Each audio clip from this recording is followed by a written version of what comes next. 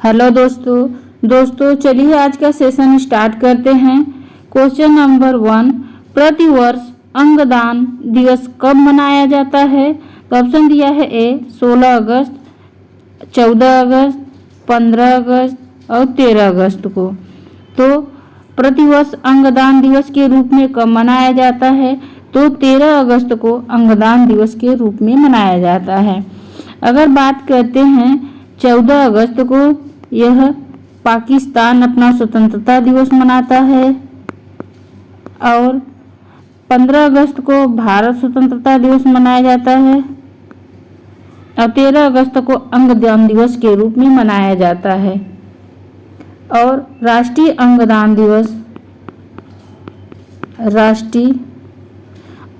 दिवस 27 नवंबर को मनाया जाता है। हमारे क्वेश्चन का राइट आंसर ऑप्शन डी होगा। दोस्तों क्वेश्चन नंबर 2 को हल करते हैं।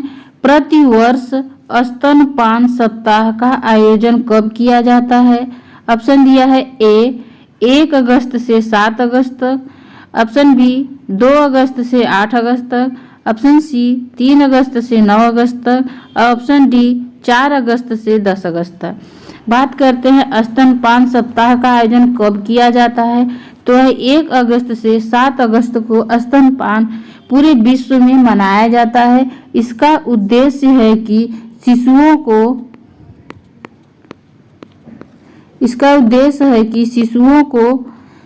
को स्वास्थ्य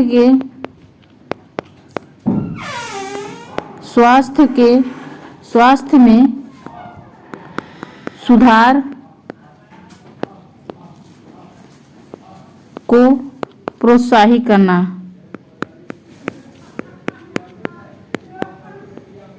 दोस्तों 1 अगस्त से 7 अगस्त को पूरे विश्व में स्तनपान सप्ताह मनाया जाता है। हमारे क्वेश्चन का राइट आंसर ऑप्शन ए होगा। दोस्तों क्वेश्चन नंबर 3 को हल करते हैं।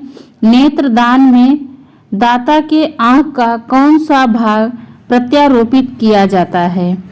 तो ऑप्शन दिया है ए कॉर्निया और बी लेंस, सी रेटिना और डी पूरी आंख। तो नेत्र का कौन सा भाग जो है आंख का वह दान में दिया जाता है? तो कॉर्निया जो भाग है यह आंख का ये नेत्र दान में दिया जाता है। दोस्तों हमारे क्वेश्चन का राइट आंसर ऑप्शन ए होगा। तो दोस्तों क्वेश्चन नंबर 4 को हल करते हैं। मशरूम में बहुतायत में क्या मिलता है? तो ऑप्शन दिया है ए प्रोटीन और ऑप्शन बी खनिज और ऑप्शन सी कार्बोहाइड्रेट और डी वसा। तो मशरूम में कौन सा सबसे अधिक चीज जो है मिलता है? प्रोटीन, खनिज, कार्बोहाइड्रेट, वसा। तो मशरूम में सबसे अधिक प्रोटीन मिलता है। इसमें 55% प्रोटीन पाया जाता है, 55% प्रोटीन पाया जाता है। और कार्बोहाइड्रेट यह चीनी में पाया जाता है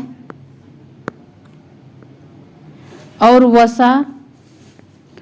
वसा यह ऑयली चीज में पाया, तेल घी में सबसे अधिक वसा पाया जाता है। और कार्बोहाइड्रेट चीनी में पाया जाता है और प्रोटीन मशरूम में पाया जाता है। दोस्तों क्वेश्चन नंबर 5 को हल करते हैं। भारत की नकदी फसल कौन सी है? ऑप्शन दिया है ए गन्ना और बी बाजरा और सी धान और डी गेहूं और ई रबर। तो भारत की नकदी फसल कौन सी है? तो इसमें भारत की नकदी फसल रबर है।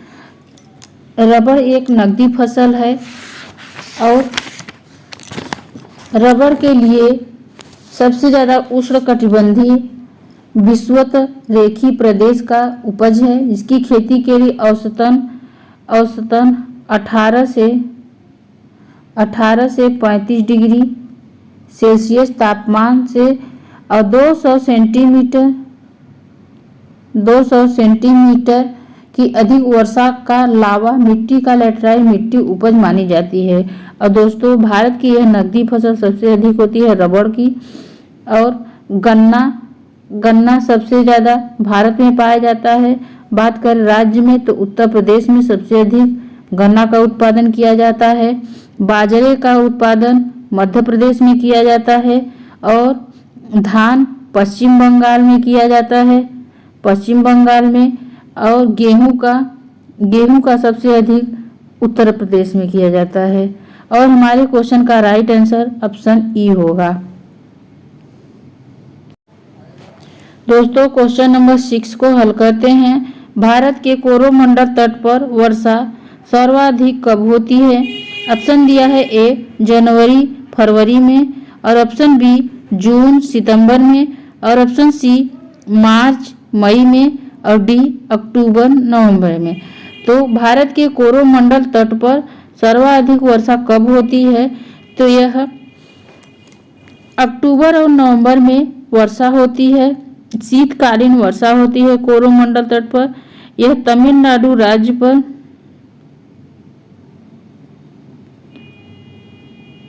कोरोमंडल तट पाया जाता है और यह जाड़े के महीने में उत्तरी और पूर्वी मानसून के कारण वर्षा होती है, कोरोमंडल तट पर होती है। यह अक्टूबर और नवंबर के माह में होती है। दोस्तों हमारे क्वेश्चन का राइट आंसर ऑप्शन डी होगा। चलिए दोस्तों क्वेश्चन नंबर 7 को हल करते हैं। विश्व का सबसे बड़ा डेल्टा कौन है? ऑप्शन दिया है A Sundarban delta, B Mahanadi delta, C Godavari नदी डेल्टा, और डी ब्राह्मणी नदी डेल्टा। तो विश्व का सबसे बड़ा डेल्टा कौन है? तो विश्व का सबसे बड़ा डेल्टा सुंदरवन डेल्टा है। ऑप्शन ए हमारे क्वेश्चन का राइट आंसर होगा।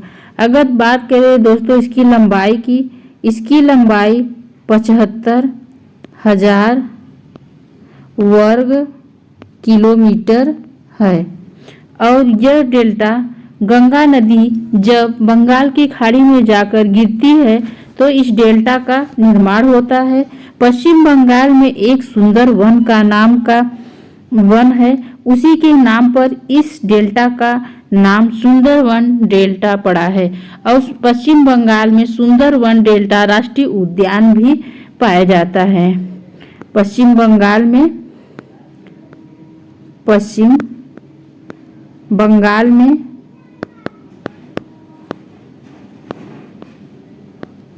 सुंदरवन डेल्टा राष्ट्रीय उद्यान भी पाया जाता है। तो दोस्तों हमारे क्वेश्चन का राइट आंसर ऑप्शन ए होगा।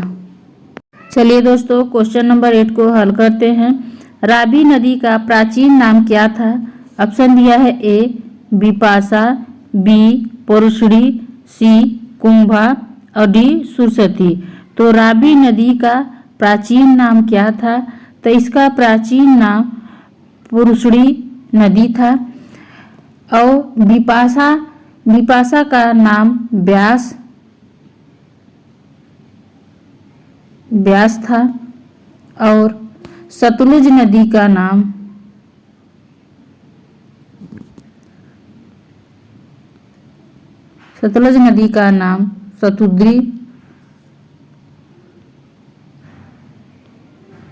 सतुद्री था और चिनाब नदी का नाम अस्किनी था।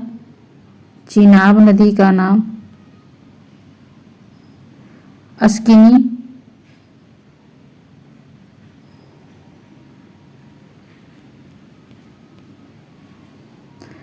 और रावी नदी का पुरुषणी नाम था और सतलज का सतुद्री, ब्यास का बिपाशा और चिनाब का अस्किनी, झेलम का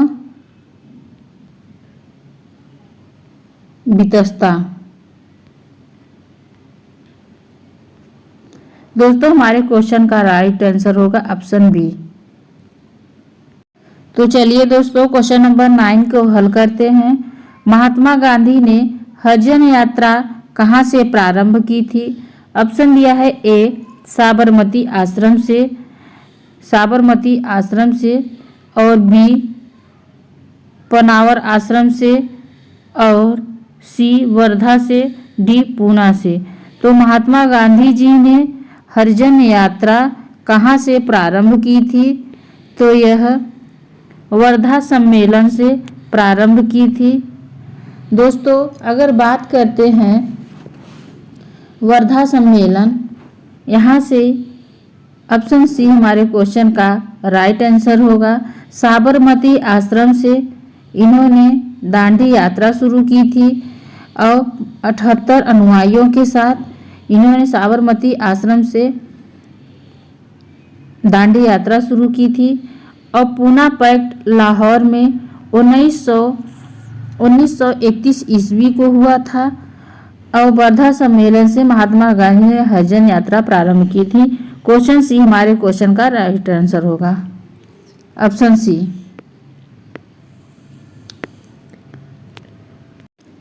दोस्तों क्वेश्चन नंबर 10 को हल करते हैं। कनिष्क की राजधानी थी, ऑप्शन दिया है ए तक्षशिला और ऑप्शन बी कन्नौज और ऑप्शन सी लोथल और डी वज्जी और ई पुरुषपुर पेशावर। तो कनिष्क की राजधानी कहाँ थी? तो कनिष्क की राजधानी पुरुषपुर पेशावर में था। यह कनिष्क यह कुषाण